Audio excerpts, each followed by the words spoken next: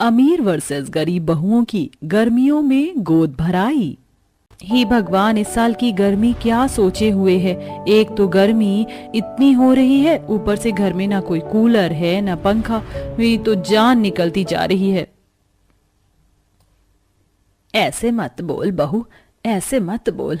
आजा, मैं तुझे हवा कर देती हूँ।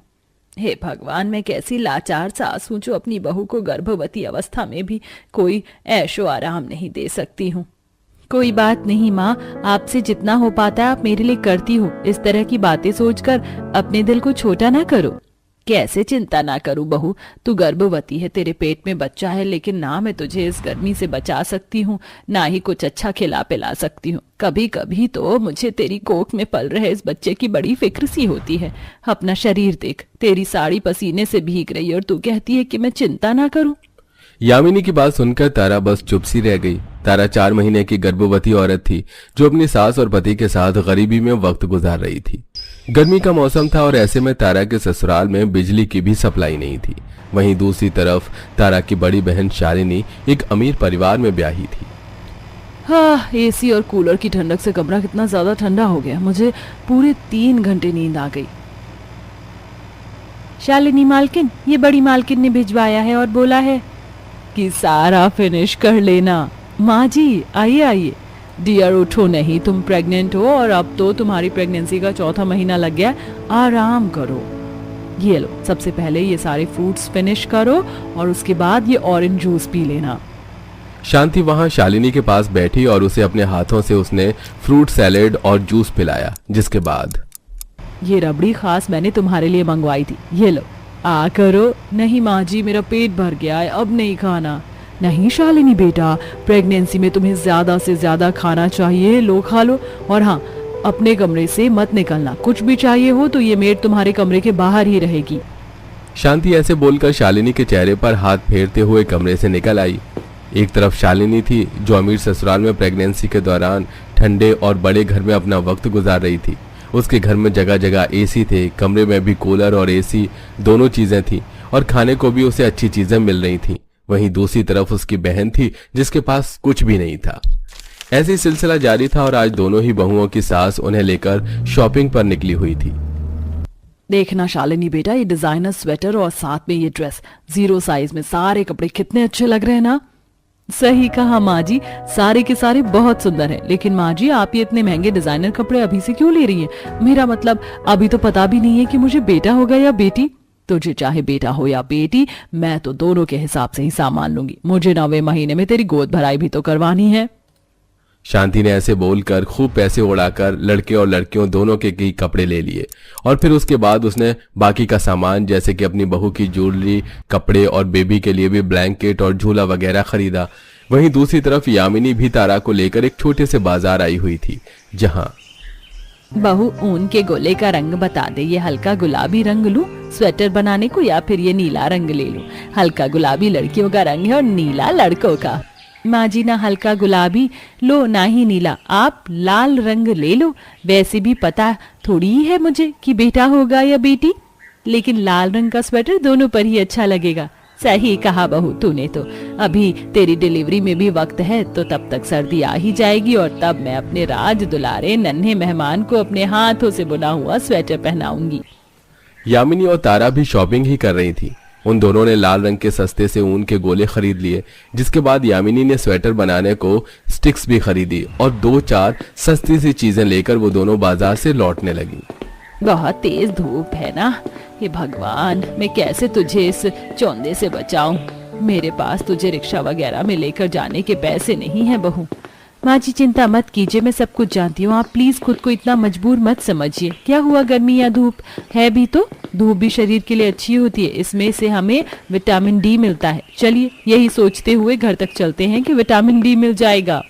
तारा ऐसे ही अपनी सास को समझाते हुए घर तक आई तो वहीं दूसरी तरफ शालिनी आराम से अपनी एसी लगी हुई गाड़ी में अपने घर तक आई। आराम से आना शालिनी बेटा, संभल कर। शांति ने बड़े ही आराम से शालिनी को गाड़ी से निकाला, जिसके बाद वो उसे कमरे तक भी छोड़कर आई और पहले की ही तरह उसके खाने पीने का बंदोबस्त किया। ऐसे ही सिलसिला जारी था। एक तरफ गरीब बहन थी जो एक गरीब परिवार की बहू होने की वजह से अपनी प्रेगनेंसी के सारे महीने गर्मी और गरीबी में बिता रही थी, तो वहीं दूसरी तरफ एक बहन अमीर परिवार की बहू होने की वजह से ऐशो आराम में थी। दोनों की ही जिंदगी में काफी अंतर था। ऐसे ही चलते चलते अब दोनों ही बहुओं की गोद भराई का वक्त आ चुका था। बहू, तेरी गोद भराई में ज्यादा कुछ तो नहीं कर पाऊंगी, लेकिन मैंने पड़ोस से सारी औरतों को आज मेरे ही घर खाना खाने का न्योता दे दिया है। मैं सबके लिए छोले का पुलाव बना दूंगी। अरे माँ जी, आप क्यों इतना तंग हो रही हैं? हम तो पहले ही रोज के कमाने खाने वाले लोग हैं। बस आप मुझे गोद भराई का तोहफा दे देती, इतना काफी था। नहीं बहू, इसमें मेरी भी खुशी है। चल अब तू जल्दी से अपनी वो वाली साड़ी पहनकर तैयार हो जा जो तूने अपनी पहली रसोई में पहनी थी। बड़ी अच्छी साड़ी है वो, औरतें भी बस आती ही होंगी। यामिनी के बोलने पर तारा तैयार होने चली गई। उसने अपनी कम पहनी हुई पुरानी साड़ी ही निकाल कर बांध ली और वो हल्का फुल्का सा श्रृंगार भी करने लगी। वहीं दूसरी तरफ यामिनी अपने हाथों से घर आने वालों के लिए छोले पुलाव बना रही थी। कुछ ही देर में मेहमान भी आना शुरू हो गए और कितना घामस हो रहा है यामिनी जी, आपके घर में कितनी गर्मी है। अब मेहमान बुलाए ही थे तो कम से कम एक पंखे का भी तो इंतजाम कर लेती। हाँ, इस छोटे से घर में अगर एक पंखा भी चल जाता तो बड़ा सुकून सा हो जाता। क्या जल्दी जल्दी से ये गोद भराई निपटाओ बहनों, यहाँ तो 1 मिनट भी रुकना दूभर है। सभी औरतें ऐसे ही गर्मी से बौखलाने लगी और बहुत सारी बस तोहफे दे देकर चली गईं। तो कुछ यामिनी की उम्र की औरतें थीं जो वहां पर रुकी रहीं और भगवान करे तुम्हारे घर आने वाला नया मेहमान तुम्हारे लिए अच्छे दिन भी लेकर आए। क्यों रे बहुरिया? जी हाँ बिल्कुल। माँ जी, आप क्यों उदास हैं? जिन लोगों का काम ही बोलना हो उनकी बात पर ध्यान नहीं देते।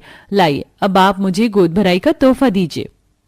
तारा की बात सुनकर यामिनी बस मुस्कुराने लगी और फिर उसने भी तारा को गोद भराई के तोहफे में अपने हाथ से बुना हुआ स्वेटर दिया।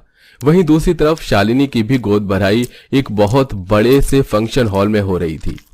Thank you. शालिनी बेटा, गर्मी तो नहीं लग रही है ना? अगर लग रही है तो बोल देना, मैं एसी की पावर बढ़ा दूंगी। हाँ माँ जी, जरा भी गर्मी नहीं लग रही। माँ जी, मेरा ना आम पन्ना पीने का मन हो रहा है, भिजवा दीजिए ना। Okay dear. अरे आपने कुछ खाया पिया या नहीं? जी शांति जी, सब कुछ खा लिया जितना पेट में आ सकता था। आपने तो खाने पीने की वैरायटी ही इतनी करवाई है अपनी बहू की गोद भराई में कि बस समझ में ही नहीं आ रहा क्या खाऊं और क्या पीऊं। वैसे मानना पड़ेगा, अपनी बहू से तो बहुत ज्यादा वाला प्यार है आपको, वरना ऐसी आलीशान जगह में गोद भराई ना करवाती। गर्मी का तो यहाँ नामो निशान ही नहीं है। जी वो इसीलिए क्योंकि इस जगह पर पूरे 50 एसी चल रहे हैं। खैर, मेरी बहू ने मुझसे आम पन्ना पीने को मंगवाया है, मैं उसे ला कर देती हूँ। आप पार्टी को एंजॉय कीजिए। शांति ऐसे बोलकर शालिनी की ड्रिंक लेने चली गई। शांति ने शालिनी की गोद भराई बेहद ही बड़ी और महंगी जगह पर करवाई थी। सभी ने उसके फंक्शन की बहुत ज्यादा तारीफ की और साथ ही काफी अच्छे से और महंगे तोहफे भी दिए। एक तरफ एक बहन की गोद भराई बस अपने घर में गर्मी में उबलते ही हो गई, तो दूसरी की महलों की रानी की तरह हुई। दोनों का प्रेगनेंसी के दौरान इसी तरह सिलसिला चला और वो दिन भी आ गया जब दोनों ही बहनों के बच्चे इस दुनिया में आए। शालिनी को महंगे और बड़े प्राइवेट हॉस्पिटल लेकर जाया गया, तो वहीं तारा की डिलीवरी बस छोटे से सरकारी अस्पताल में ही हो गई। मेरी बहू को बेटा हुआ, मैं एक पोते की दादी बन गई। मैं बहुत ज्यादा खुश हूँ बहू। देख, मैं खुशी के बताशे रख कर लाई हूँ, सभी को बांटूंगी। यामिनी खुशी में सभी को अस्पताल में बताशे बांटने लगी, तो वहीं दूसरी तरफ आई एम सो हैप्पी बहू, मेरे घर एक पोती आई है। शुक्रिया बहू, मुझे इतनी बड़ी खुशखबरी देने के लिए। मैं सभी को मिठाई बांटूंगी। शांति ने खुशी में मिठाई बांटी। दोनों ही तरफ खुशियों की बारिश बरस रही थी। शांति और यामिनी दोनों बेहद खुश थीं। एक तरफ अमीरी थी तो दूसरी तरफ गरीबी, लेकिन खुशी जिंदगी का सबसे बड़ा धन है।